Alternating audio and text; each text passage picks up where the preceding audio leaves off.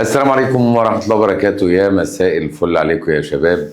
هنجيب بقى الأزمنة من تحت الأسفلت، وهنبدأ من تحت لفوق لفوق لفوق. يعني هتسمع برضو معلومات تقيلة ومعلومات خفيفة، بس عاوزكم تركزوا معايا من الأول خالص، واحدة واحدة كده، وبسم الله الرحمن الرحيم.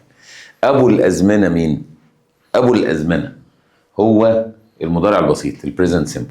ليه بقى هو ابو الازمنه؟ عشان هو بتاع الحقائق والعادات. فانت حتى وانت بتكتب رايتنج، وانت بتكتب باراجراف ولا بتكتب حاجه بتتكلم حقائق، بتلاقيه بيستخدمه كتير قوي، فلا بد من اتقانه. خلينا نقول يعني ايه زمن. الزمن محتاج فيه حاجتين اساسيتين: شكل الفعل في الزمن ده، اشكاله اللي هو الفورم، اللي هو شكله ايه، فعل فيه اي ان جي، فيه اس، ما فيهوش حاجه، فاهم قصدي؟ تاني حاجه تخصصاته، انف واذن ولا اسنان. احنا لسه بنقول ده بتاع حقائق وعادات. يعني امتى هستخدمه، امتى هختاره من القوس، امتى هترجم بيه تبقى في جمله الترجمه مظبوط، امتى وانا بكتب رايتنج سواء باراجراف او غيره يبقى هو ده الزمن المظبوط. فاحنا عاوزين ندرس الازمنه بالمنطق ده، مش مجرد تشوز. انا عاوز اتقن استخدام الزمن. فهنبدا نقارن اول زمنين، المضارع البسيط والمضارع المستمر. كلمه مستمر دايما continuous او progressive معناه مستمر. كلمه مستمر دايما معناها اي ان جي. يعني مفيش كلمه مستمر في الانجليزي كلها من غير اي ان جي. والبسيط سموه بسيط لانه هو بسيط، هو عباره عن كلمه واحده. لكن المستمر هتلاقي كلمتين، ام ويز وار زائد الفعل في اي ان جي. فازمنه البسيط بتلاقيها كلمه واحده بس. تعال نشوف كده، بسم الله الرحمن الرحيم. نبدا البدايه كده بالاشكال، مقارنتهم كاشكال. المضارع البسيط اول شكل ليه ايه؟ فين الفعل؟ طيب ام واز وار لو جم لوحدهم في الجمله يبقى زمن الجمله مضارع بسيط. ام او يعني لما اقول اي ام محمد يبقى ده كده مضارع بسيط بريزنت سمبل، بس لو جه لوحده متفرد بصبابته. طيب فيرب تو هاف كمان نفس الكلام، بس احنا عندنا بقى فيرب تو هاف اللي هو يملك ده، او ليه معاني كتير طبعا غير يملك يعني. بس لنا فيه بقى في فكره مهمه، انه اخواننا في امريكا بيقولوا I have a car. اخواننا في بريطانيا اللي هم اكبر دولتين متحدثتين يعني، في بريطانيا يقولوا I have got a car. got دي زائده لا محل لها من البلله، يعني هي ايه، مش هتاثر غير لما نيجي ننفي بقى. يعني انت دلوقتي تقول انا عندي اختين، ممكن تقولها بالطريقه الامريكاني I have two sisters، بالبريطاني I have got two sisters، بس المؤدى في الاخر واحد، ان انا عندي كذا. بس جاد دي بقى بتزيد في الملكيه، يعني اللي هو عندي ايه، فهمت؟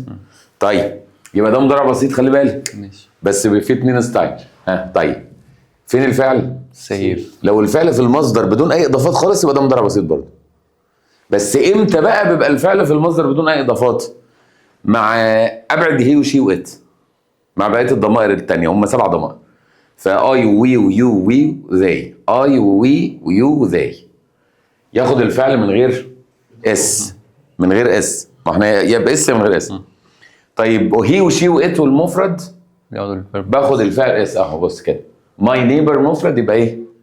works. لكن لو جمع يبقى work بس. افتكرها ازاي بقى برابط ذهني؟ الشباب بقى خلوا بالكم انهم هيعكسوا مع بعض الفعل والفاعل. فانا مثلا الفاعل ايه؟ بويز، يبقى الفعل سيف. طب الفاعل بوي واحد او ابوي يعني، ها، يبقى الفعل سيفز، يبقى بيعكسوا مع بعض. انت فاهم قصدي؟ يبقى children جمع، يبقى كانها فيها اس، يبقى children جو ولا جوز؟ جو. لا ده جوز، ده جزء جو بس. ايوه. ما هي children جمع بس هو مش ماشي على قاعده الاس، فاعتبره فيه اس، يبقى الفعل ما فيهوش، يعني هيعكسوا مع بعض على طول. ده الرابط الذهني بتاعك، لازم يعكسوا مع بعض. فانا قلت مثلا people اللي هم الناس، people دي جمع، يبقى believe ولا believes؟ believe بس. اتفقنا؟ ده طول الوقت احنا على كده بقى عشان ما تعكسهمش. طيب يبقى هم بايه؟ بيخلفوا مع بعض. خلي بالك من الحته دي يا محترم. اوكي ماشي. طيب خلي بالك ايه كمان؟ المضارع بقى المستمر الناحيه الثانيه، في بقى ام ويز وار والفعل فيه اي ان جي. انا ما بتكلمش عن المعنى ولا الاستخدام خالص دلوقتي، انا بتكلم على ايه، على الفورم، الشكل بس. اتفقنا؟ تمام. طيب يبقى I am وهي وشي وإت والمفرد is والباقيين are. سهلة دي، سهلة، ده شكله سهل خالص. طيب نيجي للنفي بتاعهم، يلا انفي كده. I am an expert. I am not. I am not بالظبط. ولو هختصرها قلنا مفيش امنت غير امنت بالله. بقول I am not، اختصر I am، واخد بالك اهو، اقوم عامل I am not، ده اخر اختصار ليه. لكن is بتبقى isn't وار بتبقى aren't، لكن دي مفيش امنت. اتفقنا؟ احنا جايبين من تحت خالص اهو، من تأسيس التأسيس. ماشي. تعالى بقى يا سيدي ليه التانية have، لا دام فيها جوت يبقى هي اللي تنفي. I have got، لا دام اخواننا بتوع جوت يبقى have اعتبرها هي المساعد فهي اللي تنفي، فيبقى النفي ايه؟ I haven't got. I haven't got بالظبط كده. طيب طب اللي عندهم have بس ينفوا بدونت. I don't. اقول ايه؟ I don't have a pet. ايه الفرق بين المثال التاني والتالت؟ بريتش وامريكان بس. مش هيفرق في المعنى، مش هيفرق في الزمن، بس هيفرق في طريقة النفي. اخواننا خلي بالك، اخواننا بتوع جات بتنفي نفسها على طول. طيب ان غاب الجات العب يا دو. مفيش جات يبقى راح ننفي بدونت بالنسبة للفيرب تو هاف. افوار. تمام؟ طيب we save our money ننفي ازاي؟ We save not. لا we don't Don't save. save. لا بص بقى الانجليزي، بص في لغات الفعل بينفي نفسه زي ما انت قلت سيف نوت كده، زي الالماني. الالماني مثلا الفعل يقول لك ايش فرشتهي نيشت زي نوت، يعني كان انا اي اندرستاند نوت. لكن الانجليزي بيتنفى بفعل مساعد ما بينفيش نفسه، باستثناء فعلين بس في الانجليزي كله نيد ودير يعني. تمام كده؟ يبقى فكره ان في الانجليزي اللغه الانجليزيه هي فعل، الفعل بيتنفى بفعل مساعد، عشان كده سموها مساعدين اللي هو الهيلبنج او الاكسيلري فيربس. بيهلبوا في ايه؟ في النفي وفي السؤال. بينزل فعل مساعد للفعل الاساسي، فده الاساسي، فمش هينفي نفسه. بيتنفى بايه؟ بدونت او دازنت او كده. يبقى وي دونت سيف. ماشي كده؟ طيب ماي نيبر وركس. My neighbor don't. لا دازنت بقى. يبقى انا عندي في المضارع البسيط دونت وايه؟ ودازنت. بس كده كده لو حطيت دازنت بتروح شايطه الاس، ما اقولش doesn't works، اقول ايه؟ doesn't work. في حين ان انا لو نفيت بنيفر بتسيب الاس. يعني اقول هي، بص اقول هي doesn't go، ما اقولش doesn't goes. طب اقول هي never ايه؟ الله، هي never goes. يبقى never واخواتها بيحافظوا على الاس، اخواتها اللي هي always usually و sometimes وكده، دايما واحيانا وعاده، واخرهم نيفر بتحافظ على الاس، لكن دازنت بتشوت الاس. اساسيات دي، اساسيات تعيش معاك في حياتك. طيب يبقى نغاب الجوت تلعب يا ايه؟ يا دو. تمام. يعني ايه بقى؟ يعني دول ما يجتمعوش مع بعض. اللي عندهم جوت بينفوا على طول اي هافنت جوت. طب اللي ما عندهمش جوت ينفوا بدو اي دونت هاف. لا مش فاهم، خلينا نفهمكم. يبقى احنا عندنا مدرستين، الامريكان هاف والبريتش هاف جوت. يعني الامريكان هيقولوها كده، هيقولوا ان ساره هاز ا فيلا، فبالتالي تتنفى ازاي؟ ساره دونت ولا دازنت؟ لا دازنت. طيب دازنت والمصدر ايه؟ هاف بالفي، يبقى دازنت. يبقى ساره دازنت هاف ا فيلا. طب لما اجي اسال هل ساره عندها فيلا؟ هل في جوت في الموضوع؟ بس يبقى العب يا دو، مفيش جوت. طب مدرسة جوت، ها ان غاب الجوت تلعب يا دو، يبقى هنا اصلا مفيش دو، مش هتتدخل خالص. هاز بقى هي اللي هتشتغل خدام، يبقى هازنت جوت، واسال هاز شي ايه؟ جوت a lot of friends. واضحه الحته دي؟ لكن كله بمعنى عنده او يملك، يعني مش تفرق في المعنى، مش تفرق في الزمن، هتفرق في طريقه النفي والسؤال. اتفقنا يا شباب؟ ماشي. طيب هتيجي بقى قضية، احنا اتفقنا ايه بقى؟ ان لو الفاعل مفرد هحط للفعل اس، ولو الفاعل جمع مش هحط للفعل اس. مش اتفقنا على كده؟ عكسين مع بعض. اتفقنا يا ابني؟ والضمائر متقسمة، هي وشي وات هياخدوا اس، اي ويو وي وذي من غير اس، متقسمين 7 3 و4. دي اللي هي الايه اسمها subject pronouns او ضمائر الفاعل اللي هي بتحل محل الفاعل، هي وشي وات وكده. اتفقنا؟ دي القاعده الاساسيه. دي كده المفرد معاه اس والجمع من غير اس. الحلال بين والحرام بين، بس بقى بينهما امور مشتبهات بالهبل اللي هو الحاجات اللي طب اما اقول everyone هقول جو ولا جوز؟ جو عشان جمع everyone دي الموضوع كلها. اكبر مني ومنك. ده في حالات كتير بقى اللي هي ايه تحيرك، هو انا هعملها معامله مفرد ولا جمع؟ اول حاجه كده الكلمات اللي لا تعد الانكاونتبل هتتعامل كانها مفرد. يعني مثلا السكر شوجر كم ولا كمز من القصب؟ كمز، يبقى هيتعامل كانه مفرد اللي هو اسمه اسم لا يعد. money الفلوس bring ولا brings happiness؟ brings happiness. يبقى الاسم اللي لا يعد بيعامل معامله المفرد. طيب تعالى بقى نعملها ايه كويز نختبر ونطلع القاعده، لان في ده حواديت يعني حته هو مفرد ولا جمع بيسموه subject verb agreement او توافق الفعل مع الفاعل. ده فيلم، ده حوار كبير. يلا يا سيدي بسم الله تعال نخمن. احنا هي هديك الحاجه وانت ايه تخمن معايا. الفاعل lots of this equipment. يعني ايه equipment؟ اللي هي معدات. equipment يعني معدات. تعد ولا لا تعد؟ لا تعد. عندنا راجعوا بقى يا شباب بقى في المذاكرات الاساسيات في كلمات مشهوره انها لا تعد في الانجليزي، ماليش دعوه بالعربي. لا تعد. طب قلنا اللي لا يعد يعمل معامله المفرد يبقى نيدز. يبقى بالتالي نيدز. واحد يقول لي طيب وكلمه lots of يعني معناها كتير.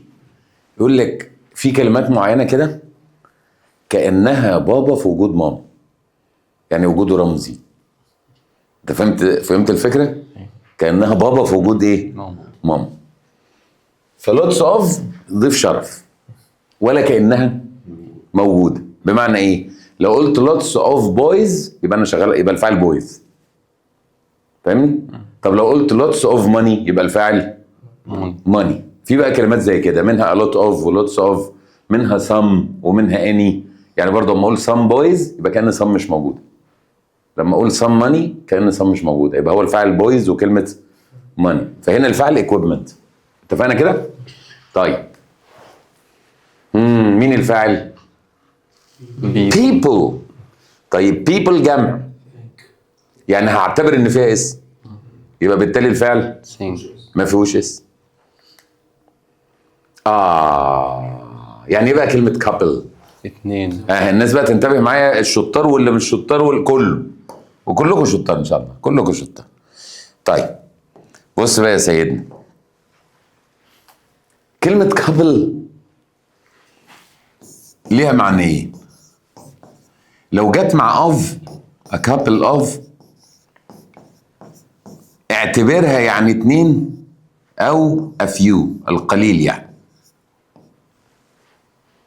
يعني a couple of girls يعني two girls، او بتبقى مجازا a couple of boys يعني 3 4 5 ولاد رفضوا الميعاد مثلا. انت فاهمني؟ يبقى كده مفرد ولا جمع؟ جمع. حلو الكلام. طيب في بقى حاجه تانية اسمها the couple اللي هو الواد والبنت اللي بينهم علاقه. واحد يقول لي ما تقول متجوزين. لا، ما هو مش شرط يكونوا متجوزين، دول بيحبوا بعض وما بينهم ريليشن شيب في لاف اوف سم كايند في الحلال في ما يعني ده دول. لا، فذا كابل معناها ايه؟ الواد والبنت اللي ان ريليشن. طب انا هقول عليهم بقى از ولا ار؟ ينفع الاثنين، ينفع الاثنين. دي حاجات بيسموها كولكتيف ناونز او جروب ناونز، زي كلمه تيم مثلا. فكلمه تيم يعني الفريق، هي كلمه مفرده صح، بس جواها بني ادمين. فانا ممكن اقول الفريق كله والفريق كلهم، صح ولا لا؟ فدي حاجه كده بيسموها جروب ناونز او كولكتيف ناونز. فدي برضو بتتعامل زيهم بقى. فانا ممكن اقول لك ايه، احمد ومحمد الكابل دول، احمد ولا لا احمد ودينا الكابل دول، اقول ذا كابل ار هابي او ذا كابل از هابي للجحيم. ينفع كده وينفع كده. طب لو كانت مياله للفرديه شويه، يعني لما اقول لك طوال هما الاثنين، يبقى مش هينفع اتعامل معاهم كواحده واحده. فاقول ذا كابل ار بوث طول، كلاهما ايه؟ طويل. لكن القاعده العامه انه ينفع مفرد وجمع، لا اما تميل للمفرد يا اما تميل للجمع. كنا شرحنا دي كده كحاجه مستقله قبل كده، بس عموما هي دي الفكره. فهنا لما يقول لي a couple of girls يبقى معناها two girls او a few girls، يبقى جمع، يبقى الاجابه have. الله ينور عليك، ده الموضوع طلع كبير. طيب a pair of scissors، يعني ايه scissors؟ حد يعرف؟ مقص. حلو قوي. عند الفرنجة كنا خدنا برضو في التأسيس ان في كلمات زي الجزمة والشراب والحاجات دي، منها الملابس، هات من تحت كده شوز وسوكس وتراوزرز وبانس وشورتس وبيجامز وجلافز وجلاسز. شايف اللبس ده كله؟ جلافز اللي هو الجوانتي. عند الاجانب بيعمل جمع، رغم ان احنا في العرب بنقول ايه؟ جوانتي. لا هم يقولوا الجوانتي ار مش از. تخيل، يعني يقولوا الجزمه ار مش از. واحد يقول لك عشان فردتين. طب ما القميص بكمين. يعني الموضوع ايه؟ مش موضوع عشان فرد، يعني احنا بنعمل دي كرابط ذهني، ان يقول لك ان هي مثلا جزمه بتتلبس بس ذات شقين يعني. بس انا هزود لك بقى انه فيها اس عشان القميص ما يدخلش في الموضوع. يعني حاجه ذات شقين وفيها اس كمان، لان في حاجات كتير اتنين كده بس ما بتعملش جمع. فاللي هي بقى جزء ملابس شوز وسوكس وكده، وجزء ادوات زي الملقاط تويزرز، زي البينوكيولرز اللي هو المنظار. هتلاقي دايما فيها اسات كده في الاخر، فاهم؟ بس هو انا بقول منظار، بس لا هم الاجانب بيقول لك المنظار جمع، يعني يقولوا عليه ار مش اس. وده فرق بين العرب والانجليزي، عشان كده لغتك ممكن تزاولك بقى. يعني انت هتقول الجزمه بتاعتي بني، فطبيعي هتقول ماي شوز از. لا هم يقولوا ماي شوز ار. طب لو دخلت عليها كلمه بير، a pair of shoes، ترجع مفرد تاني، يبقى a pair of scissors needs. بالظبط. مع اني لو قلت scissors بس اقول نيد. موضوع كبير، موضوع كبير. طيب اهي these gloves، يعني انا حتى لما جيت على الجوانتي رحت مديله this ولا these؟ عشان زيز، لانه هم بيعملوه جمع تماما، والضمير اللي عايد عليه جمع. يعني انت الجزمه بتاعتك تقول ايه؟ I bought them مش I bought it، مع انها جزمه، مع انها جزمه ولا النضاره نفس الكلام. My glasses are new مش is new. والحته دي بقى لغتك هتروح عامله لك مشكله، لان انت هتفكر بلغتك. انت ما نضاره هقول ار ليه؟ ده نضاره. طيب يبقى these gloves ايه بقى؟ ميك. الله ينور عليك. غيره دي قاعده قذره.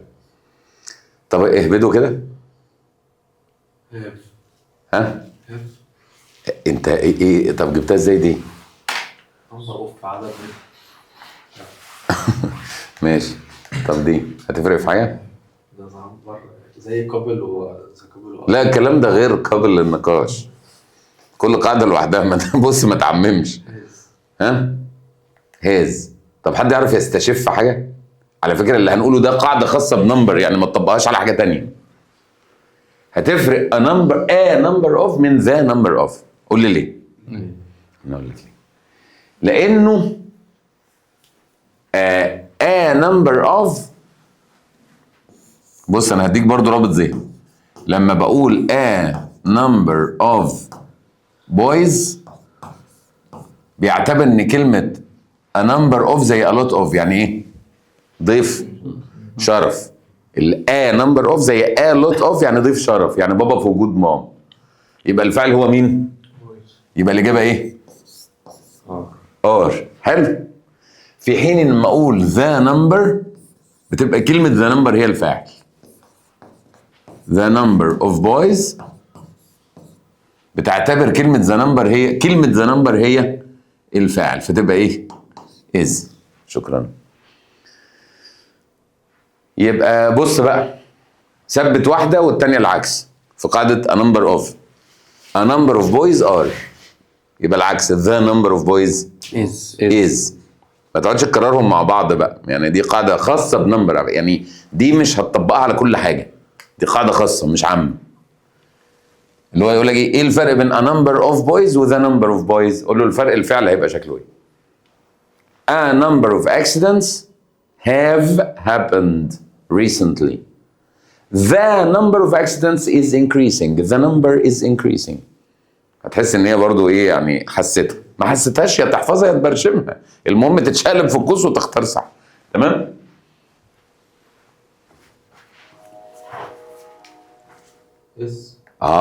لانه 1 بس، ما تجيش بقى عيني تبص على كلمه فريندز، لا خد الفعل على بعضه. ده هو one of my friends، احد اصدقائي.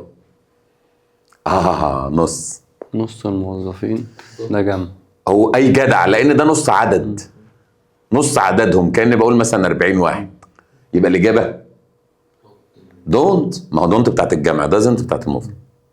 تمام. طيب الله، ذا هنا تفرق. هل تفرق فرنش عن ذا فرنش؟ فرنش يبقى اللغه، ذا فرنش الفرنسيين ده جمع. جدع. فرنش اللغه فهتبقى مفرد او لا تعد يعني. انما ذا فرنش يعني الفرنسيون تبقى جمع، صح ولا لا؟ يبقى وهتلاقي السياق كمان بيدخنوا كتير، مش اللغه اللي بتدخن يعني. طيب يبقى ذا فرنش ده جمع، يبقى كانه فيه اس، يبقى الفعل اسمه ما فيهوش. الفرنش ده مفرد بقى. دي اللغه. doesn't. يبقى اللغه الفرنسيه doesn't need much time to learn. قيس على دي بقى كله بقى. ها، تركش يبقى اللغه التركيه. طب ذا تركش الاتراك او الترك. تمام. انجلش اللغه الانجليزيه. طب ذا انجلش الانجليز. وبالتالي هتفرق الفعل شكله ايه. شفت وجود ذا ازاي بيأثر على المعنى. وجود ذا بس كده يروح مأثر على المعنى. جابانيز اللغة. ذا جابانيز اليابانيون. قيس عليها بقى، قيس عليها يا اخويا. طيب غيره.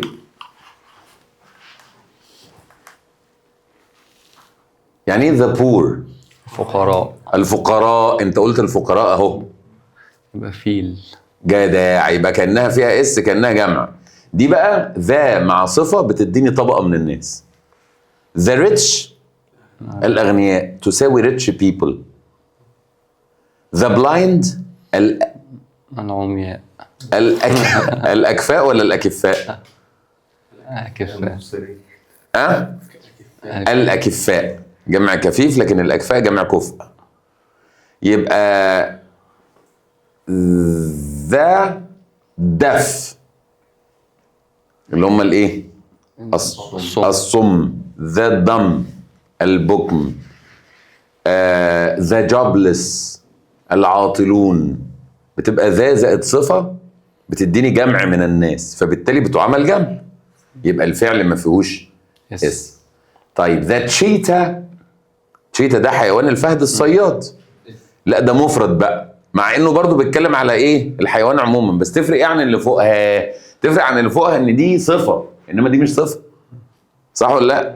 اما اجي اقول الاسد حيوان شجاع، ممكن اقول ذا لاين بس هقول از عادي، بس الجملة اجمالا بتتكلم على ايه؟ جنس فتفرق دي الاولى عن الثانيه تفرق. طيب دي الاس الغدارة بقى، الغدارين بقى. ميكانكس ممكن تبقى الميكانيكية، وممكن تكون علم الميكانيكا، صح ولا لا؟ طيب ها، دي علم الميكانيكا عشان في المعنى بتاخد مني وقت في المذاكرة. يبقى الإجابة إيه؟ تيكس. شوف بقى اللي يبص على الإس الغدارة ده اهي واطي. طب شايف دي بقى إخواننا الميكانيكية بيعملوا شغل عالي. نفس الكلام على كلمة إلكترونيكس. ممكن تبقى علم إلكترونيات فتبقى مفرد، وممكن تبقى الأجهزة. الإلكترونيكس الأجهزة، صح ولا لا؟ نفس الكلام ايكونومكس، ممكن يبقى علم الاقتصاد، وممكن تبقى الأحوال الاقتصادية. انتوا فهمتوا الفكرة؟ statistics ممكن يبقى علم الإحصاء، وstatistics معناها الأرقام والإحصائيات. يبقى هنا هعتمد على إيه بقى؟ على ورقة اللي جنبي؟ لا، هعتمد على المعنى، أشوف السياق، أديك في الجملة الترجم. تمام؟ في بقى كلمات بقى قواعد ثابتة. كلمة people اللي هي الناس جمع دايما. في بقى people بمعنى شعب وجمعها peoples الشعوب، يعني دي استخدامها قليل. انما people دايما يعني معظم الوقت بنقول people يعني الناس. فالناس كلمة جمع، ماشي؟ جمع ملوش يعني مفرده مثلا فرد او individual او كده. عارف زي عندنا نساء ومفردها امرأة، حاجة كده، امرأة والنساء. فكلمة people اللي هي الناس جمع دايما. وبرده كلمة ايه بقى؟ انت كده؟ لا، بوليس دي النضارة اللي انا هجيبها لك في عيد ميلاد. بوليس نطقها ايه؟ بوليس، وملاش نطق تاني، ولا بريتش ولا امريكان ولا كفر قتن ولا مثل مايز. بوليس اسمها ايه؟ بوليس. لا الباء دلعها بوليس. طيب بوليس مفرد ولا جمع؟ جمع مطلقا يعني دائما. كلمة بوليس جمع. لو قلت بقى بوليس مان بقى يبقى في بوليس مان وبوليس مان. هو في هافة هي اصلا. يبقى انا عندي دلوقتي وفي ذي وبتاع. فكلمة يبقى ذا بوليس يبقى هي جمع، يبقى كأنها فيها اس، يبقى بالتالي هعكس انا. طيب the three pieces of advice. كلمة advice اصلا لا تعد، بس لما دخل كلمة pieces جمعتها بقى. دي بقى مش عاملة زي a lot of و lots of والحاجات دي، لا دي مؤثرة. كلمة pieces هتجمع اللي ما بتجمعش. ما هصنف في الانجليزي ما ينفعش اقول 3 advices لانها لا تعد، فبدخل كلمة زي pieces وما بتترجمش حرف. دي معناها 3 نصايح، يعني الجملة معناها 3 نصايح، يبقى ال3 نصايح هاز ولا هاف؟ في حين ان كلمة advice هاز. طب some advice هاز، طب much advice هاز. كل دول اللي هو ايه؟ ماما في وجود بابا، بابا في وجود ماما. طب a lot of advice، طب lots of advice، طب the advice. كل ده مش هيفرق معايا، انما يفرق معايا كلمة زي pieces. وايه كمان؟ كلمة amounts. energy لا تعد، الطاقة لا تعد. طب لما دخل كلمة amounts تروح جمعاها بقى، يبقى الإجابة ار. دي حاجات خطيرة جدا، وهيطلع لك غلطات في الباراجراف، وهتجي لك تشوز غلط، وهيبقى مرار طافح، وممكن تبقى هي الغلطة في الترجمة، وهكذا. ده ملخص بقى للكلام اللي اتقال. ده ملخص للكلام اللي اتقال اهو. a lot of و lots of ولا كأنهم موجودين. visitors are ده كله بابا في وجود اهو. a number of، فاكر اللي قلناها على number؟ a number of boys قلنا are. طيب my trousers are، لكن the pair of trousers is a couple with a couple. الكلام اللي احنا قلناه كله تمام؟ في اي مشاكل عاطفيه؟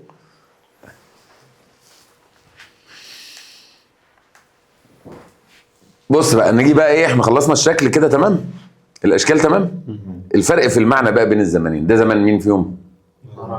مضارع مستمر او present continuous او present progressive. continuous لانه مستمر، وبروجريسيف معناه برضو in progress يعني شغال، هم سموه كده. طيب طب وده؟ مضارع بسيط. طب وترجمتهم هيترجموا زي بعض. الخادم بيجهز اور ميلز، الخادم بيجهز اور ميلز، او الخادمه بتجهز اور ميلز. ايه الفرق بقى في الاستخدام؟ ايه الفرق في المعنى؟ دي دلوقتي حال، صح كده؟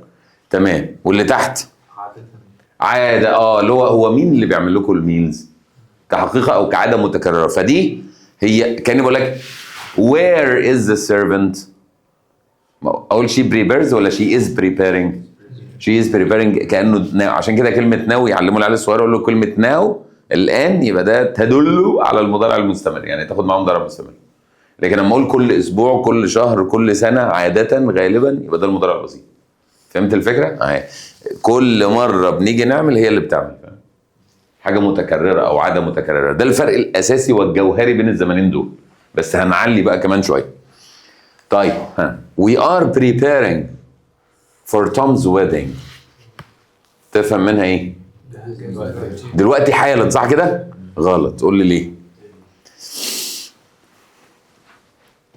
مش انت واقف قدام اهو؟ ممكن تقول لي يا مستر انا بقرا روايه لنجيب محفوظ. هل انت دلوقتي بتقرا ولا اليومين دول؟ اهو ده استخدام تاني للمضارع المستمر. مالك يا ابني مش مركز ليه؟ اصل احنا بنجهز لفرح اختي. انت واقف قدامي مش بتجهز ولا حاجه، بس بيبقى مؤقت يعني بادئ من اسبوعين وهخلص كمان اسبوعين، بقى مؤقت. انما اللي تحت ده ثابت ودائم ومتكرر. فاهم الفكره؟ فاقول لك ايه وي ار بريبيرنج. انت بتبقى نايم جنب امك على السرير، نايم اصلا نايم، وتقول لها انا بمتحن يا امي ادعي لي. بمتحن؟ انت كذاب ولا ايه؟ ده انت نايم. فانت لو هتقول لها الجمله دي بالانجليزي هتقول لها we take ولا we are taking؟ we are taking our final exams. I'm doing my final exam. او زي ما انت واقف قدامه، انتوا كلكم تقريبا الاربعه بتاخدوا كورسات في حاجات مختلفه دلوقتي. فانتوا واحد في مروان يقول لي ايه على فكره هو واقف قدامي، هو مش بياخد الكورس، بس هو لو هيقول لي انا باخد كورس مثلا جرافيك ديزايننج ولا بتاع، يقول I do ولا I'm doing؟ I'm doing. رغم ان هو واقف قدامي. يبقى اول استخدام للمضارع المستمر انه بيحصل دلوقتي حالا، تاني استخدام انه بيحصل اليومين do. بس مؤقت. فهمتوا الفكره؟ لكن اللي تحت ثابت او دائم او متكرر اهو. We prepare for our weddings very well. اللي تحت فرقت في ايه؟ انه لما يكون في فرح بنجهز له كويس، دي حقيقه عننا، لكن مش شرط ان في حاجه دلوقتي ولا اليومين دول حتى. يبقى اللي فوق حاجه بتحصل يا اما دلوقتي حالا يا اما الفتره دي. ماشي. طب اللي تحت حاجة ثابتة. حاجه ثابته او متكرره. طيب لما اقول لك بقى where is Jack، اقول he plays ولا he is playing؟ انا بسالك فين جاك، يبقى هو بيلعب دلوقتي. طيب تفرق ايه عن ان انا اقول جاك plays tennis every other day؟ عاده. every other day يعني يوم ويوم لا، او يوم بعد يوم. خد تعبير حلو اهو، every other day يعني يوم بعد يوم، يعني سبت ومش عارف واثنين واربع كده، لو يوم ويوم لا. الانجليزي اسمها every other day. فدي تدل على المضارع البسيط. ليه؟ لان المضارع البسيط تخصصه كل قد ايه بعمل الحاجه دي، عاده متكرره. المستمر ملوش في الليله دي. فهمتوا يا شباب؟ Why are you busy this week؟ انا بقول لك انت ايه اللي شغلك كده، فانت تقول لي ده احنا بنتمرن عشان الفاينل. عاوز تقول لي بنتمرن عشان الفاينل، تقول we train ولا we are training؟ We are training. رغم ان انت ممكن تبقى دلوقتي نايم في السرير. انت فاهم الفكره؟ بس اليومين دول. طب قارنها بدي كده. احنا بشكل ثابت كل اللي هو بتتمرنه كل قد ايه؟ كل قد ايه يبقى بسيط. خلي بالك. يبقى اللي فوق حاجه دلوقتي حالا او مؤقته، واللي تحت حاجه ثابته او دايما. عشان كده انا بدي مثال يوضح الحته دي للشباب. دايما اقول له ايه؟ حماده. بقدم لك حماده. لو قلت لك he lives with his grandma، غير لما اقول لك he is living with his grandma، عايش مع جدته. لو قلت لك he lives يبقى ده permanent، يعني ايه؟ ثابت. معناه كده ابوه وامه بقى البقاء لا او حاجه، صح؟ طب لو قلت he is living، اليومين دول عايش على ما يرجعوا من العمر بقى. شفت ازاي؟ مع ان الاثنين في العربي انه يعيش. عشان كده مش العربي لازم اكون فاهم اللوجيك بتاع اللغه الثانيه بقى بتتكلم ازاي. فاهمين يا رجاله؟ صح يا شباب؟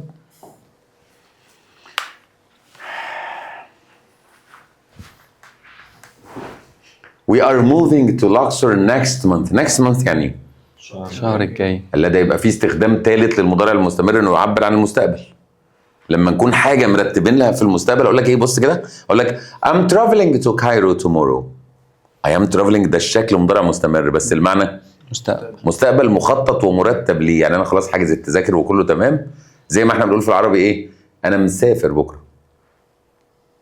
انا مسافر بس بكره. يبقى الشكل مضارع مستمر بس المعنى مستقبل. ده هناخده لوحده بالتفصيل مع الدرس بتاع الفيوتشر بقى لما نيجي ناخد اشكال المستقبل في الانجليزي. ماشي؟ في حين ان المضارع البسيط، بص كده على المثال ده، The train leaves to Luxor at 7 tomorrow. دي مواعيد ثابته. مواعيد ثابته اللي هو القطر هيمشي امتى وهيوصل امتى الاقصر. الطياره هتغادر امتى وهتوصل امتى. الحصه هتبدا امتى وهتخلص امتى. تحس انها جداول ثابته بس ملهاش دعوه باشخاص. يعني مش ببدا بفلان، انا ببدا بايه؟ بالقطر، بالطياره، بالحصه، بالمحاضره، بالبرنامج هيبدا امتى وهيخلص امتى، بالماتش هيبدا امتى وهيخلص امتى. جداول مواعيد ثابته. التمورة دي مضارع بسيط. ما هي بص بقى، الشاشه اللي قدامنا دي الشكل حاجه والمعنى حاجه. يعني يقول لك من استخدامات المضارع المستمر انه بيعبر عن مستقبل مرتب ليه، ومن استخدامات المضارع البسيط انه مستقبل بس دي جداول مواعيد. انت فاهم؟ يعني ده استخدام ليه، الشكل حاجه والمعنى حاجه. طيب حاجه تانية كمان بقول لك I'll call you when the train arrives. مش when ده رابط زمني يقول برضو بعد الروابط الزمنيه المضارع البسيط هيديني المستقبل. قول لي ليه؟ يعني انا بقول لك مثلا ايه؟ بعد ما اتغدى هخرج اتمشى، او بعد ما اتعشى هخرج اتمشى.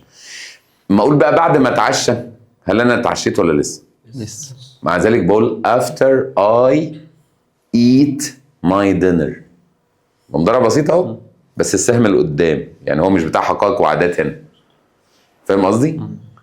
قول لي كده لما الفيلم يخلص، لما الفيلم يخلص هنخرج، قولها تلقائي كده، هتقول when the film finishes او ends.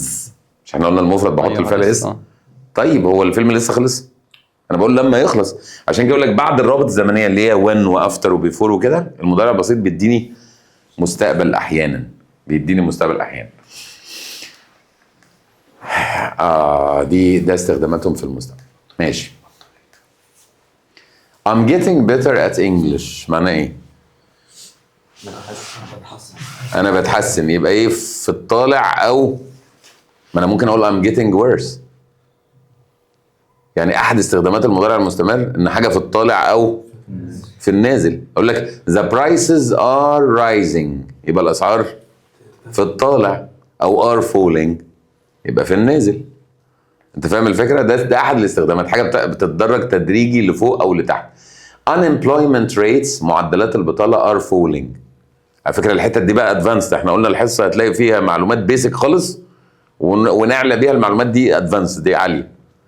فدي حاجه في الطالع، ودي او حاجه في النازل، ده احد استخدامات المضارع المستمر. طيب قارن كده بالمثال اللي تحت. لما بيذاكر كويس يجي تثبت، دي حقيقه عنه صح؟ لكن اللي فوق ان هو هي از جيتنج معناه انه ايه؟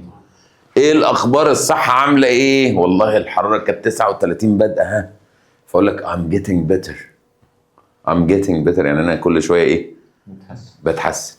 فده يبقى من استخدامات المضارع المستمر. يعني انت لو جيت دلوقتي بص unemployment rates معدلات البطاله fall at a rate of every year يعني كل سنه ده يبقى بسيط ولا مستمر؟ بسيط، لان كل قد ايه ده تخصص المضارع البسيط. فهمتوا الفكره؟ ده تغير تدريجي، ده كل قد ايه الحاجه بتحصل او امتى بيحصل الكلام ده. عشان كده اما اقول لك مثلا what's happened، ايه اللي حصل؟ قبل ما نخش في الحته دي بقول لك بقى، عشان كده لما يجوا بقى يدوا الكلمات الداله على كل زمن، بتيجي الكلمات الداله دي من خلال التخصص. يعني احنا قلنا المضارع المستمر حاجه بتحصل دلوقتي، فلما اشوف كلمه ناوي يبقى حاجه بتحصل دلوقتي صح؟ بس ده طبعا ممكن ناوي تيجي مع المضارع البسيط، ده الكلام اللي على الهادي يعني، اللي هو بتاع الاطفال. اما اقول لك لوك، بص مش هقول لك عليك واحد، فاكيد حاجه بتحصل، فاقول لك the bird flies ولا is flying؟ اما اقول لك listen يبقى فلان جعرز ولا is جعرنج، لان انا بقول لك listen يبقى دلوقتي، فيقول لك look و listen و at the moment في هذه اللحظه وناوي. عرفت الكلمات ده اللي جايه منين؟ هي جايه بتكوب مع التخصص بتاع الزمن اصلا. طب لو قلنا ايه اللي ممكن يجي مع البريزنت سمبل مع المضارع البسيط، طبعا بيجي معاه او مع غيره، بس قصدي ايه؟ لو عادات وصاحبها موجود ولسه بيعملها، بقى اما اقول دايما بيشرب قهوه الصبح، عاده بيشرب قهوه الصبح، احيانا يشرب قهوه الصبح، عمره ما بيشرب قهوه الصبح، لك always ويوجوالي وoften وسمتايمز وكده لحد نيفر، ما تجيب لفظ نيفر. لو بيمارس العاده دي 100% يبقى always دايما مداوم عليه. طب ما بيعملهاش خالص يبقى ايه؟ نيفر.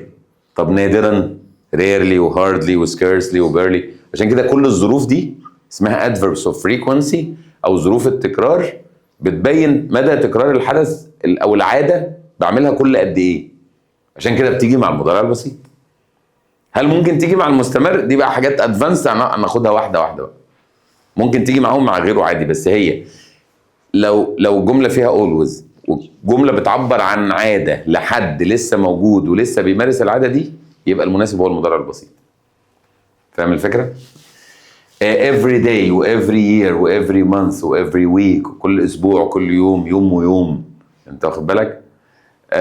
very often، كتير بعمل الحاجه دي very often يعني كتير، او ما بعملهاش very often ما بعملهاش كتير، او في الغالب often غالبا، او frequently مرارا، frequently زي often كده غالبا. دي اسمها كلها adverb of frequency، وكلها بتيجي مع المضارع البسيط لو الجمله بتعبر عن عادات. طب يلا اختار معايا بقى what's happened. انا سامع جعير في الشارع فبقول لك ايه اللي حصل، فانت بتقول لي a dog. طلعنا بقى في البلكونه. is a dog chases ولا is it chasing بيطارد؟ is chasing. لانه دلوقتي صح. قارن بينها وبين دي. ليه اخوك كل ما تقول له اخرج يقول لك لا والله انا عندي ظروف تمنعني؟ لان في كلب بره واقف على اول الشارع كل ما يجي يخرج يهوى عليه. فبقول لك لان في بص الجزء الثاني من الجمله بيقول ايه؟ whenever he goes out، يعني كل ما يجي يخرج، يبقى ده مش مستمر بقى، ده بسيط لان دي حاجه متكرره. يبقى الاجابه chases. انا بس بجيب لك عشان كل واحد يبين العكس. فرق تاني مهم جدا بقى جدا جدا بين ازمنه البسيط وازمنه المستمر عموما في الانجليش، ان في حاجه خدناها في الاساسيات اسمها stative verbs. stative verbs يعني افعال الحاله اللي هي بتعبر عن حاله اكتر منها اكشن. يعني الافعال في الانجليزي ليها تقسيمه، احد تقسيمات الافعال يعني ان الفعل يا اما يبقى دايناميك اكشن، بياكل بيشرب نايم واقف عارف كده، يا اما ستيت بيحب بيعتقد يريد، عارف حاجات في الاتجاه ده كده. دي اللي هي زي يحب ويعتقد ويريد، دي ما بتدينيش اكشن، مش بيعمل حاجه صح. يعني مثلا ممكن اقول ايه؟ بيذاكر، بدأ يذاكر، بيذاكر خلص مذاكره، واقف على الناصيه هيز ستاندينج، راح وقف مشي، في بدايه في اثناء في نهايه. لكن بيعتقد ما ينفعش اقول ده بدأ يعتقد من 5 دقايق ودلوقتي عمال يعتقد وهيخلص اعتقاد كمان شويه. يعني مثلا دي احد المحددات يعني. فالافعال اللي هي ما تنفعش تيجي في زمن مستمر، ما ينفعش تيجي في زمن مستمر زي فعل يعتقد، فدي على طول مع البسيط. فاقول لك ليه مش is believing؟ تقول لي اصل الفعل believe اسمه ايه بقى؟ stative verb. يعني ايه stative verb؟ يعني فعل بيعبر عن حاله اكتر منه اكشن. فبالتالي ما اقولش ما ياخدش ING، اقول لا يستخدم في زمن مستمر. يعني لا مضارع مستمر ولا ماضي مستمر ولا مضارع تام مستمر ولا ماضي تام مستمر ولا مستقبل مستمر. ما ينفعش يستخدم الافعال دي، لا تستخدم في present continuous، past continuous، present perfect continuous، past perfect continuous، future continuous. اي زمن فيه كلمه continuous ابعد عن الافعال اللي stative verbs دي. فبالتالي دي بقى مش بس في درس النهارده، ده عموما بقى في كل الازمنه بقى. يعني قال لك ماضي بسيط ولا ماضي مستمر يبقى بسيط، مضارع تام مستمر ولا مضارع تام عادي لا مضارع تام عادي. فدي هتاثر في القواعد بتاعتنا كلها. فاهمين يا شباب؟ طيب اهو يلا. اعتقد ان النجاح بيحتاج هارد ورك. اقول لك ليه مش I'm believing؟ تقول لي الفعل ده stative يعني لا يستخدم في زمن مستمر. ينفع ياخد ING، يعني ينفع اقول لك believing in magic is a superstition for some people، يعني الايمان بجد، بس يعتبر كانه ناون كانه كده. لكن ما يستخدمش في زمن، ما ينفعش اقول فلان عمال يعتقد بقى. انت واخد بالك؟ نفس الكلام understands. واخد بالك؟ طبعا على رأسهم مين؟ verb to be يكون صح؟ في حاجة اسمها is being للناس المتفوقة، يعني في حاجة اسمها is being برضو بيكون بتكلم مش على شخصيته، بتكلم he is being polite في الموقف ده. بس احنا مش عاوزين نشتت نفسنا، اعتبر ان verb to be ممنوع عليه ان هو يستخدم مستمر. واخد بالك؟ زيه زي الافعال الستيتيف. طب اول ما تشوف بقى verb to have تاخد ايه؟ تاخد بالك، برافو عليك. ليه؟ لان have ليه معاني كتير. لو كان have بمعنى يملك يبقى برضو مش هينفع اقول لك فين احمد تقول لي عمال بيملك. لا، احمد عنده عربيه، احمد عنده اخ واخت، فما بيستخدمش مستمر لما يكون اقدر اشيله واحط own او possess اللي هو يملك. فهو هنا انا عندي اللابتوب الخاص بيا، يبقى الاجابه ايه؟ I have لانه في المعنى ده stative صح؟ انما لو قلت انا بفطر ينفع اقول I'm having. لو قلت ده بيعمل عمليه he is having. لو have هيديني اكشن ينفع يستخدم مستمر او بسيط عادي. طب لو اديني ملكيه يبقى بسيط بس. فاهمين قصدي؟ طيب سي نفس الكلام، لو كان سي ليه معاني كتير ينفع يستخدم فيها مستمر. لو هو بمعنى ووتش زي المثال اللي قدامنا، انا بتفرج على مسلسل تركي، يبقى ينفع اقول I'm watching، فبالتالي ينفع اقول I'm seeing. خصوصا ان هو بيقول at the moment يعني دلوقتي، مش كده؟ طب لما اقول لك انا شايف بطه جايه من بعيد، ده اللي هو لا ارادي، ده ما ينفعش اقول I'm seeing بقى. طب لو سي بمعنى يفهم، اما اقول لك yes I see what you are saying I see and I understand، مش هينفع يستخدم مستمر، هيبقى زيه زي understand. طب think، ايه معنى think؟ اعتقد لو يعتقد يبقى زيه زي believe، يبقى لا يستخدم مستمر. طب ايه معنى تاني؟ يفكر. يفكر ينفع عادي، اقول لك ايه، ما تقطعش عليه خلوته دي، ده هو عمال بيفكر هيعمل ايه في المصيبه اللي هو فيه. فينفع هنا اقول ان جولي is thinking how to solve the problem، قاعده بتفكر هتحل المشكله ازاي، صح؟ طب think ليه معنى ثالث اللي هو رايك، اقول لك what do you think ولا what are you thinking، what do you think بالظبط. يبقى الراي والاعتقاد تبقى stative، لو يفكر يبقى عادي ممكن تستخدم مستمر. طب فيل، خلي بالك بقى من فيل. بص يا سيدي، لو فيل حاجة في الجسم ينفع مستمر وينفع بسيط. يعني أنا ممكن أقول لك دلوقتي I'm feeling a stomachache، أنا حاسس بإيه؟ بوجع في جسمي، بمغص، صح؟ طيب لو فيل بمعنى يعتقد، هو فيل بمعنى يعتقد يعني لما اقول لك ايه، انا حاسس ان الواد ده نصاب، حاسس هنا مش حاسس بجسمي، اعتقاد صح ولا لا؟ فما اقولش I'm feeling، اقول I feel he is a liar، I feel he is a، فاهم؟ طيب ولو فيل بمعنى ملمسه كذا، ما اقول لك القماش ده feels smooth، معناها ان هو ملمسه ناعم، ففي الحاله دي ما تستخدمش مستمر، يبقى تنفع بسيط بس لا تستخدم مستمر في الحاله دي، الحاله بتاعت فيل. طب هنا بيقول لك I feels ولا I'm feeling a terrible pain، في ألم شديد جدا، اتصل بالدكتور. I'm feeling. طب ليه مش I feel؟ عشان مش في الاختيارات. هو ينفع يحط للفعل اسم؟ يعني على فكرة كان ينفع I feel هنا مضروبة جرامر مش تيست وسميل. يلا انتوا بصوا تشتغلوا تلقائي بقى، انتوا فهمتوا الفكرة. ينفع اقول ان ماما بتدوق المكرونة، صح؟ ينفع عادي. طب اما اقول المكرونة طعمها جامد، تيست مش هينفع. يبقى لو بمعنى يتذوق عادي ممكن تيجي بسيط او مستمر عادي، انما لو بمعنى طعمه كذا بسيط ده هتبقى ستيتيف في الحالة دي. طيب نفس الكلام، البرفيوم ريحته جامدة، سميلز فقط هي اللي صح. طيب بص الكلب بيشم الباج الشنطة، is smelling او سميلز على حسب بقى، انا بتكلم على حقائق ولا عادات ولا، بس ما فيش مانع انها تستخدم مستمر، فاهمني؟ فانا التالتة بتاعتهم فيل بقى، ما هو فيل اللي هو يشعر، ولا فيل اللي هو ملمسه. احنا قلنا هنا طعمه ومذاقه، لسه ايه؟ ملمسه. لو كانت بمعنى ملمسه كذا هتبقى ستيتيف. ثينك تاني بقى،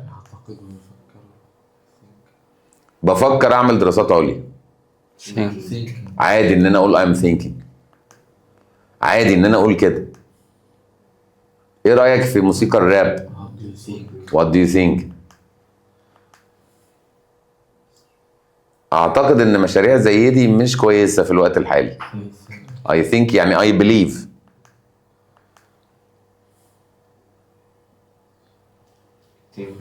لان هنا بمعنى believes، بيعتقد، يبقى stative لا تستخدم مستمر.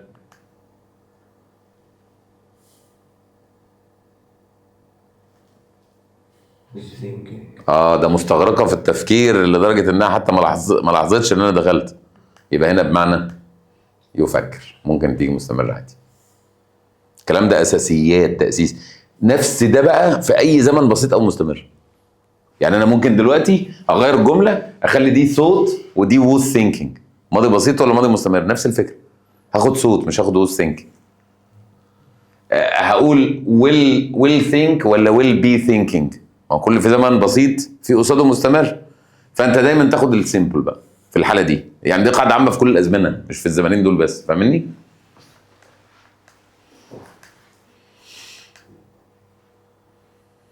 هي واي هنا معناها ايه؟ يبلغ وزنه. طب بالعقل كده هو بيعمل حاجه؟ يبقى ستيتف في المعنى ده. طب لما اقول بقى ان شادي بيوزن الشنط، عادي ممكن تستخدم بسيط او مستمر حسب الجمله.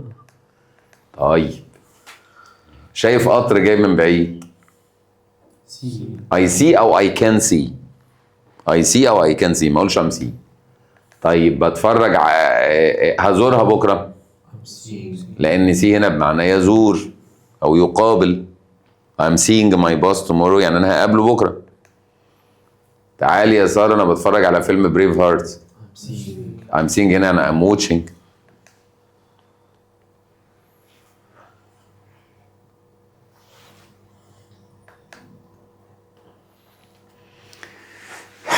طيب احنا مش هناخد، يعني ما تتخضش ان احنا ناخد الماضي البسيط دلوقتي بالتفصيل، ده احنا هناخده مقارنة بالمضارع البسيط. هناخد الماضي البسيط مقارنة بالمضارع البسيط. صلي على رسول الله. لو انت ركزت معايا كده هتلاقي الامور سهلة. قول لي ازاي؟ احنا قلنا ان المضارع البسيط مثلا كم وايه وكمز. قول الماضي البسيط هيبقى الماضي بتاعهم اللي هو ايه؟ كيم، يعني كلمة واحدة برضو، مش كده؟ دول نفيناهم بدونت وايه؟ ودازنت. ده هننفيه بمين؟ بديدنت. اي جدع. بس برضو ديدنت مع الفعل في المصدر، يعني هنرجع الفعل للمصدر، يعني تحس ان في موازاة بينهم. طيب ده بتاع حقائق وعادات في الحاضر. قول ده حقائق وعادات بس في الايه؟ في الماضي. يا ازاي؟ يعني انا بقول لك ايه؟ فلان ده بيروح الجيم 3 مرات في الاسبوع، مش كده؟ مضارع بسيط. طب ما اقول لك فلان الله يرحمه كان بيروح 3 مرات في الاسبوع، او كان دايما بيروح، او كان بيروح كل يوم، هتروح مقلوبه ايه؟ past habit او عاده في الماضي. امتى تبقى عاده في الماضي؟ لو صاحبها مات، اللي مات ما يجوزش عليه الا الباست، الا الماضي، بالظبط كده. يا صاحبها مات يا صاحبها عايش، بس انا بتكلم وانا يوز يانج، وانا صغير، لو ما عادش دلوقتي يبقى دي عاده في الماضي، يبقى اسمها باست هابت، مش كده يا شباب؟ طيب فاحنا بنقارن بينهم من الناحيه دي. طيب حته تانية خطره بقى، البديل بتاع عادات الماضي والبديل بتاع عادات المضارع. يعني انا بقول دلوقتي ايه؟ ان عادل usually sleeps early. دي كده مضارع بسيط، فعرفت منها ان عادل ده موجود وعنده عادة ان هو بينام بدري على طول. بينام بدري عادة، مش على طول. عادة دي اقل من always، صح؟ always يبقى 100%. لكن هقعد انزل بقى من تحت always كده، العادات تبدا تقل لغايه never، لغايه ما تجيب ضلافه بزيرو. فاهم الفكره؟ طيب فاقول عادل usually sleeps early عادة، وقلنا ده اسمه adverb of frequency، ظرف تكرار، مكانه في الجملة قبل الفعل الأساسي أو بعد verb to be. verb to be يجي بعده he is usually early. verb to be يجي بعده أي فعل تاني يجي قبله، فعل أساسي يجي قبله، ده مكانه في الجملة. طيب ممكن أقول إن هو متعود، ممكن أقول متعود على النوم بدري. بص بقى التركيبة هتبقى عاملة إزاي. هقوم قايل عادل is used to، قبلها ام واز وار، وبعد كده احط الفعل فيه اي ان جي او احط ناون، ما احطش مصدر. يعني اقول عادل is used to sleep ولا sleeping؟ sleeping early. طب ما انا ممكن بدل الاي ان جي استخدم ناون. نقول لي ازاي؟ اقول لك انا متعود على الدوشه. انت عاوز تقول انا متعود على الدوشه، يلا قولها. انا متعود على الدوشه. I am used to noise. نويز. صح؟ طب قول انا متعود على المذاكره في الدوشه. I'm used to study ولا studying؟ أجدع. I am used to studying in noise. في الدوشة. سهلة، والكلام بنقوله في اليوم يعني بنقوله في حياتنا اليومية عادي جدا. طيب ممكن بدل verb to be ده أقول عادل حازم ربنا يسمعنا عنه خير، عاوزين نقول إن هو اتعود على العيشة في الصحراء، فهقول أصبح got used to، برضو هحط بعدها noun أو ing. يعني أقول عادل got used to live ولا living؟ living in the desert. يبقى اعتبر إن got دي بديلة الverb to be أهو. got used to living in the desert أو got used to desert life. حياة يعني يا إما اسم يا إما ing. في برضو is accustomed to للناس الشاطرة. is accustomed to برضو معناها معتاد على، كأنها is used to، برضو بيجي بعدها noun أو in. كل دي اللي هي عادات في الحاضر اللي هو صاحبها موجود ومتعود عليه. حلو الكلام؟ طيب العادات بقى في الماضي اللي قصادها في الماضي. لو قلت علي used to sleep early، ايه ملاحظتك في التركيب الاول؟ used to بعدها فرق المصدر. لا قول لي ان مفيش قبلها الاول verb to be. يعني ملاحظتك ان هنا مفيش verb to be اولا، صح؟ مفيش قبلها verb to be. طيب وبعدها الفعل في طيب المعنى بقى هيبقى ايه؟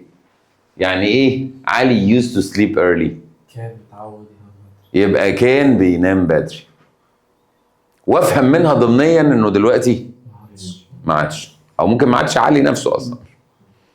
انت فاهم الفكره؟ يبقى انت دلوقتي مثلا مدخن وبطل، هيقول ايه؟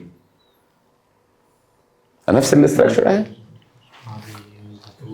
I used to smoke. مفيش قبلها verb to be، يبقى بعدها مصدر، وهتديني مصدر مش هتديني حاضر. I used to smoke دي معناها but now I don't. معناها تلقائي كده but now I don't smoke. او ممكن اقول I used to be a smoker. جاي كده مروان يفاجئني يقول لي على فكره بقى انا I used to be a smoker، يعني انا قبل كده كنت مدخن. طب ما I used to be a smoker يعني I was a smoker، يعني هي كانها بديله للماضي البسيط نفسه. طيب واحد كان تخين وعاوز يديني المعلومه دي، يقول لي ده انا ايه؟ انت بدل I was fat البديل I used to be fat. I used to be fat معناها but now I don't ولا I am not؟ I am not، لان انا بقول I used to be، فدام قلت be يبقى دلوقتي I am not fat. فهمت الفكره؟ يعني دي على طول مقارنه ايه اللي كان ودلوقتي لا، هي لوحدها على طول، يعني انت هتفهمها على طول. يعني لما اقول لك دلوقتي I used to live in Alexandria، حد قال لك I used to live in Alexandria، يبقى معناها ايه؟ ما عادش عايش هناك. بالظبط، يعني معناها ان انا I no longer live in Alexandria، يعني انا حاليا لم اعد عايش في اسكندريه. لاحظتوا الفكره دي؟ الشكل بتاع used to ده لو عاوز افهم فيه ازاي، didn't زيه زي الماضي. didn't ايوه كمل. used to sleep didn't use شلت الدي صح؟ to وهكمل عادي بقى زي ما انت. I didn't used to sleep early، قبل كده ما كنتش بنام بدري، دلوقتي I do، دلوقتي انا بعمل كده. على طول هتعكس على طول من العكس على طول. واحد بيقول I didn't used to save money، معناه ايه؟ ما كنتش بحوش، ودي معناها على طول تلقائي هو بيحوش. now I do، now I save money، او معامل now وجايب الواقع اللي انا فيه دلوقتي العكس. فهمتوا الفكره؟ فاهمين يا ابني؟ طب لو انت عاوز تسالني بقى هو انت كنت بتدخن قبل كده يا مستر؟ هتقول لي did you كمل. Did you used to smoke? Did you use to smoke? Yes I did. No I didn't. إجابة بقى. Yes I did. Yes I used to be a smoker. One day I used to smoke. هتلاحظ ان التركيبة دي هل ينفع اقول yesterday مثلا امبارح I used to؟ لا. انت حسيت انها بتدي ايه؟ زمان. ينفع اقول النهارده الصبح I used to؟ زمان من فترة. ينفع اقول الساعة 5 بالليل امبارح؟ ده بتتكلم على فترة في حياتي، انت فاهم؟ لكن ما ينفعش اتكلم على نقطة بعينها كده وما قال لك ايه ساعة ما ابويا دخل I used to. لا، ساعة ما ابويا دخل انا عملت كذا. فهي برضو تجنب used to، استخدم الماضي العادي. تالت واحدة بديلة ليهم هي would ومصدر. would والمصدر اخر حاجة خلاص. would والمصدر دي برضو ممكن تدي عادات بس ما تديش حقائق، ما تديش ثوابت. يعني بص used to ادت حقائق وعادات. تقول لي ازاي؟ يعني لما اقول لك ايه ده انا على فكره قبل كده كنت مدرس، ممكن اقول I used to be a teacher. فاهم؟ دي حقائق. طب لما اقول كنت بنام بدري I used to sleep، دي عادات. كنت ساكن في اسكندريه، دي حقائق. فهمت يعني الفرق بينهم؟ ثوابت وحقائق دي حاجه وعادات دي حاجه تانية. would بقى عادات بس، عادات فقط. واحنا صغيرين my grandfather would tell us a short story before we went to bed. يعني ايه بقى he would tell us a short story؟ يعني he used to tell us a short story. يعني he always told us a short story. يعني في حاجات ينفع فيها الثلاث اشكال. العادات ينفع فيها الثلاث اشكال. الحقائق ينفع فيها الماضي البسيط وينفع فيها used to. اللي محدوده بقى شويه هي مين؟ would. ما تستخدمش في حقائق وثوابت، تستخدم في العادات المتكرره فقط. اللي هو بعمل الحاجه دي، كنت متعود اعمل الحاجه دي كل قد ايه. تمام؟ الكلام ده كله كلام محترم. نبص عليه بصه كده. حلل لي بقى الجمله دي كده وقول لي زمانها ايه واخبارها ايه ومين اللي فين.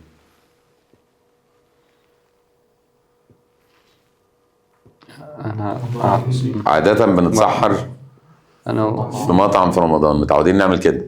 لو عاوز ابدلها بيوز تو، دي عاده حاضر ولا ماضي؟ حاضر. يبقى يوز تو قبلها ام او اذا اور، وبعدها نون او اي ان جي. قولها بقى كده، شيل بقى يوجوالي وخلاص وقول ايه؟ we are used to having. بالظبط كده. he is used to having. he got او become زيها زي ايه؟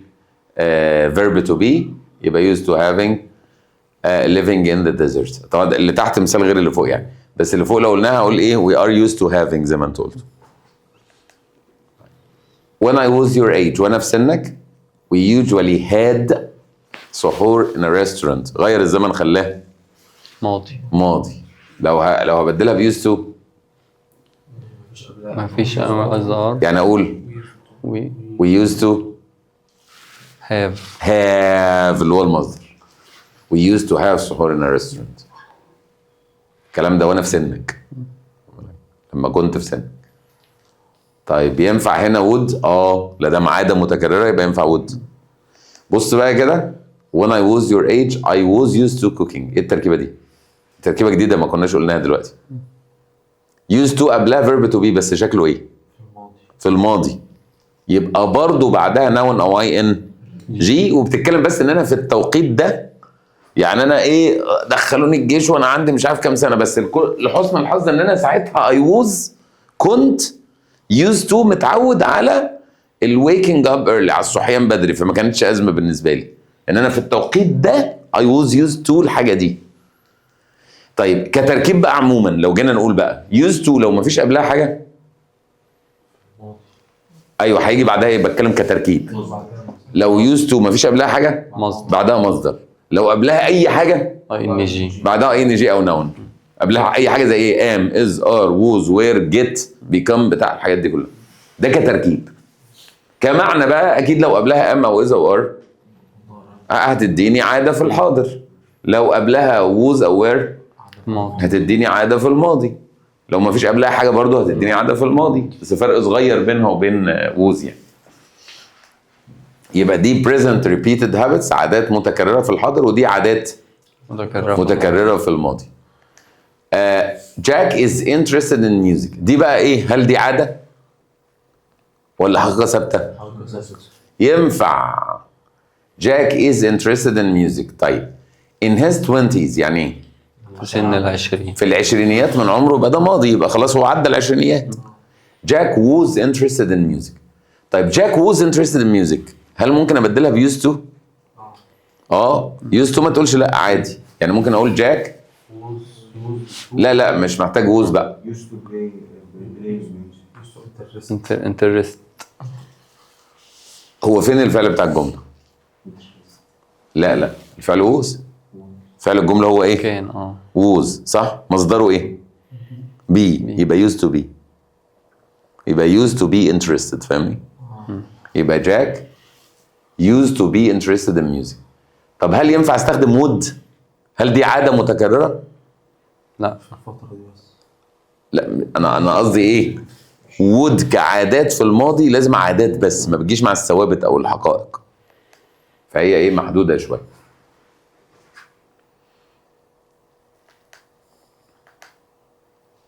Yesterday I went for a walk with a friend، هل ينفع استخدم used to؟ لا. لا. هل ينفع استخدم would؟ لا. يبقى في حالة ان انا بتكلم على نقطة زمنية بعينها، امبارح، من 5 ساعات، الكلام ده مالكش اوبشن غير الماضي البسيط شخصيا، تاخد بالك؟ when his father arrived، اول ما بابا دخل راح بسرعة مخبي الموبايل، هل ينفع used to؟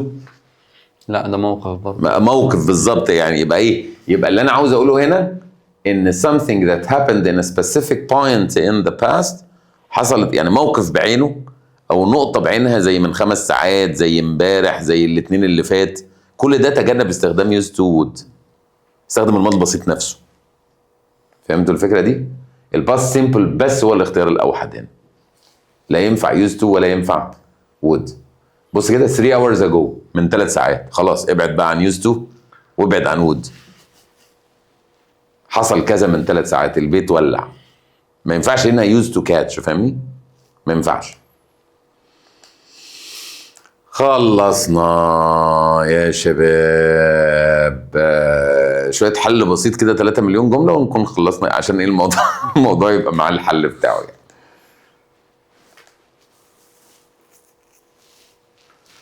I am talking. بص بقى هنا بقى، عشان انت راجل كبرت، بيتجنب انه يجيب لك كلمات داله مباشره، مش هيجيب لك نو ولوك ولسن ومش عارف ايه وكده، او لو جابها يبقى خير وبركه. هنا بيقول لك انا ما اعرفش ارد على التليفون، انا باخد دش. خلاص انا فهمت ان هو بياخد دش، عاده ولا دلوقتي؟ يبقى المتخصص المستمر، صح كده؟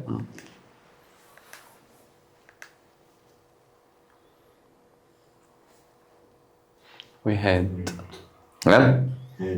طب ليه ما ينفعش would have و used to have؟ عشان دي نقطة معينة يعني. ايوه بقول لك الاثنين اللي فات ده، دي عاوز فترة من عمري بتاع كلام من ده.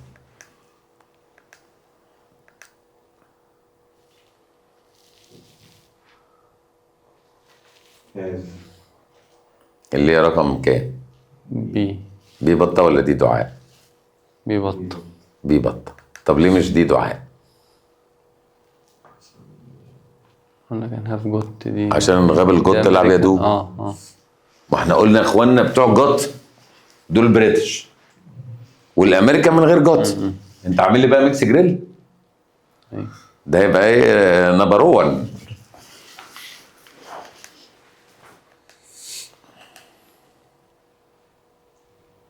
يعني ايه annual celebration؟ احتفال سنوي.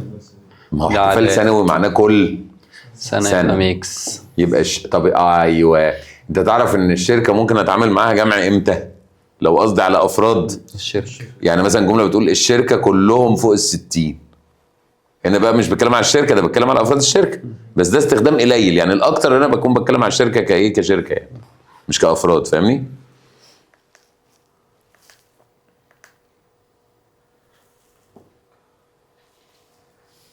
ما اقدرش اقول لك على الارقام والاحصائيات.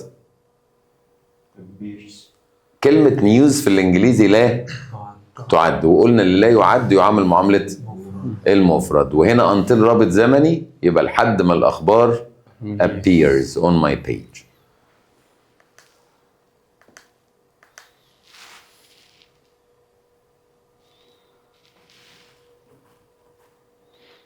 جيبس، دي حقيقة. برافو عليكم ان انتم ما افورتوش، لان الولا عبده حنكه يقول لك ايه، طب ما هو يمكن واقف بيحاضر هناك دلوقتي. اقول له ده انت دلوقتي دي انت زودتها من عندك. الجمله ظاهرها انه بيعرفنا ان الراجل ده محاضر في جامعه اوكسفورد، صح ولا لا؟ فانت لما حليتها ببساطه من غير اوفر ثينكينج ما دخلتش نفسك في دوامات.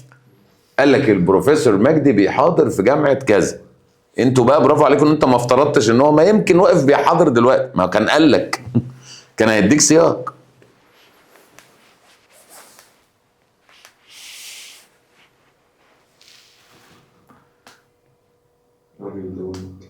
اللي هي مستقبل مخطط هنا مضارع مستمر بيعبر عن المستقبل. وراك حاجه، وراك ترتيبات يوم الثلاث الجاي، الخميس الجاي قصدي.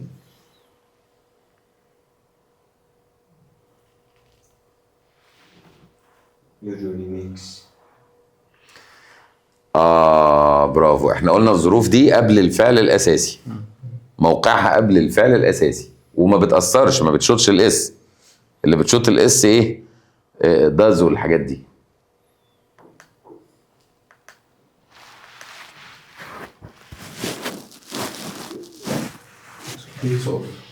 دي حقيقة. مواعيد سبت. The plane to Rome takes off. دي حاجة اللي هي جدول مواعيد مستقبلية.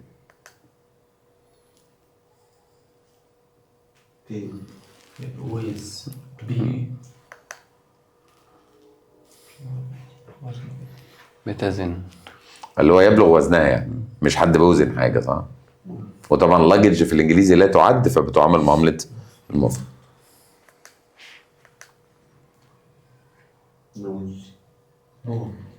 everyone دي اهو ضحك هنا علينا بكلمة ناو عشان ناخد مضارع مستمر زي الهطل، بس هو بيقول لك دلوقتي كله عارف قدر جيد من المعلومات عن الديستانس ليرن.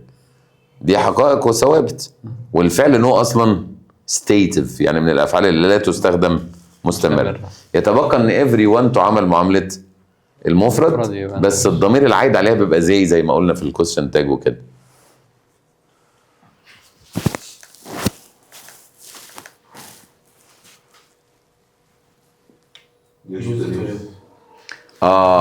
قبل ما نعزل على القاهرة كنا قبل كده ساكنين في الحتة الفلانية. طب الأولى لا، ليه؟ لأنه أصلا ده يعني used to هي زمانها ماضي بسيط، ما بتدخلش في أزمنة، يعني ما فيش منها ماضي تام ومضارع تام، هي used to بس. طب ليه مش would live بقى؟ دي مش عادة متكررة. احنا قلنا would دي محدودة بالعادات المتكررة، دي ثوابت. ساكن فين، كنت ساكن فين، دي حاجة ثابتة، مش عادة بعملها بتكرار. فاهم؟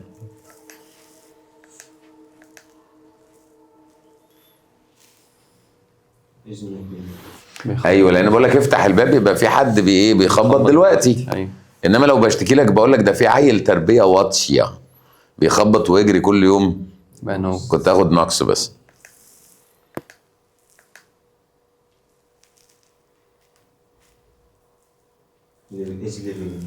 ليه بقى مش ليفز؟ عشان هي تعيش شويه وهترجع. ده مؤقت بالظبط كده.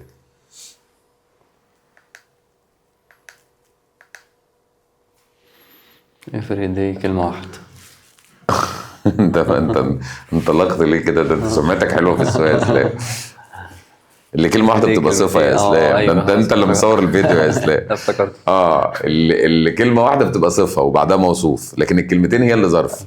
الكلمتين هي اللي ظرف، بيجي في اول الجمله وفي اخر الجمله. الكلمه واحده ده الفيديو اتحفظ. أيوة. الشورت فيديو ده بتاع الفرق بين افري داي كلمه واحده وافري داي كلمتين.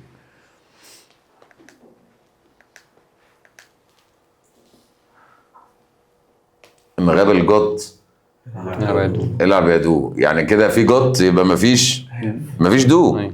ما هو في جوت يبقى مفيش دو، يبقى الاجابه هاف. have your boots got buckles، يعني هل الجزمه بتاعتك، شوف بقى البوت اللي هو ابو رقبه ده برضه اتعامل معامله الجمع، قال لك هاف مش هاز. بقول لك هل في باكلز، يعني البتاع اللي بيقفل كده بزيمه وبتاع، الحاجه اللي بتقفل الكوتشي يعني.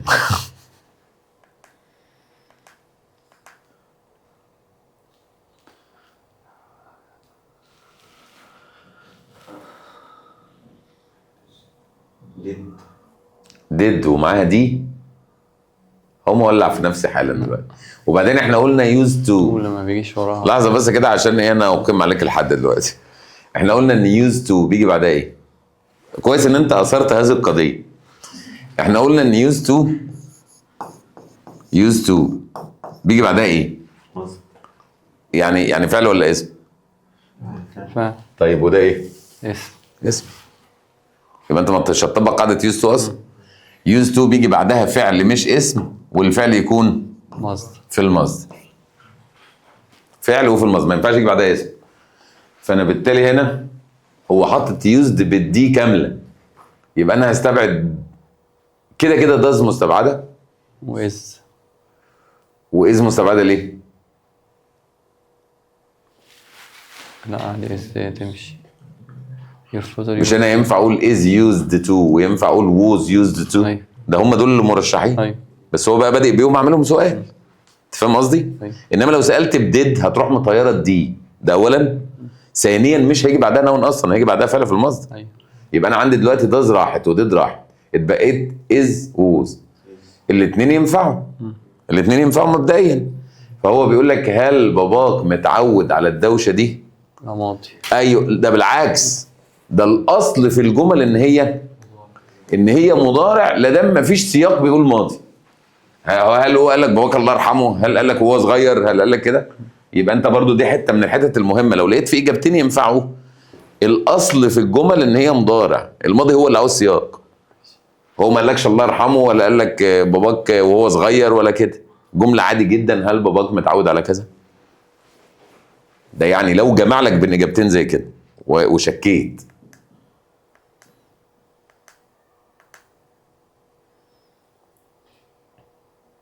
دريمز. ها؟ لا حقيقة. everyone dreams to be wealthy. واحد يقول لك طب انا حاسس ان does dreams دي صح. اقول له لا، بص بقى المعلومه بتقول ايه؟ ان لو لقيت do او does او did ينفع يجوا في جمله عاديه خبريه، بس بيكون بعدهم الفعل في المصدر، وده بيبقى اسلوب emphasis او توكيد. he does practice tennis، كأن انا باكد على ان هو بيمارس التنس، لعبه التنس. بس هنا بيقول does dreams، فما ينفعش هي does dream. وكمان برضه انا هيبقى اوفر ثينكينج لو لقيت اجابه مباشره ورحت لها. يعني فاهم، يعني حتى يعني انا لو عندي دلوقتي ايه everyone dreams وقال لي everyone does dream، خلاص انا في الامتحان وهم دول الاجابتين موجودين، انا هاخد الصراط المستقيم. يمكن اللي حط الجمله نفسه اصلا مش واخد باله انها تنفع، يعني مش واخد باله، يعني سهوا. فده عشان تنجو من الاوفر ثينكينج يعني.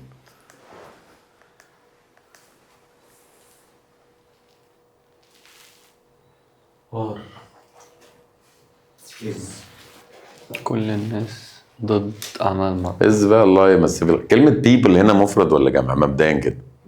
ده احنا لسه قلنا جمع دايما جمع. مطلقا، فاكر ساعه ما قلت مطلقا؟ يعني انت كده اول حاجه تستبعدها از وداز، اتبقى ار ودو. ار ودو. دو محتاجه فعل في المصدر، هل في فعل في المصدر؟ يبقى الاجابه اه.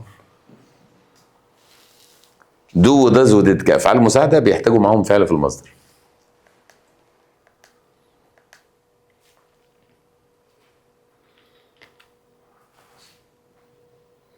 دو. في فعل في المصدر؟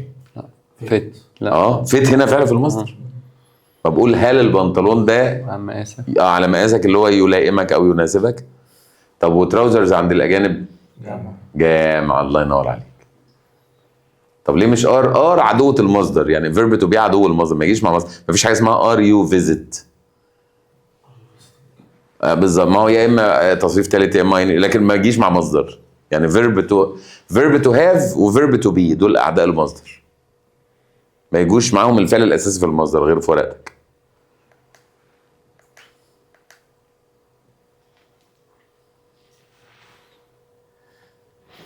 عادي.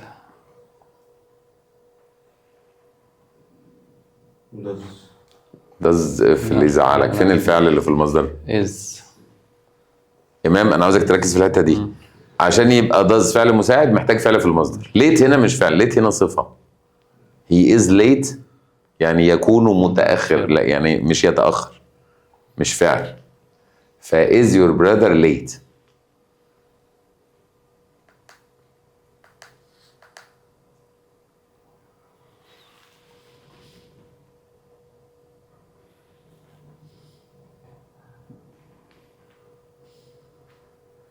do you ever.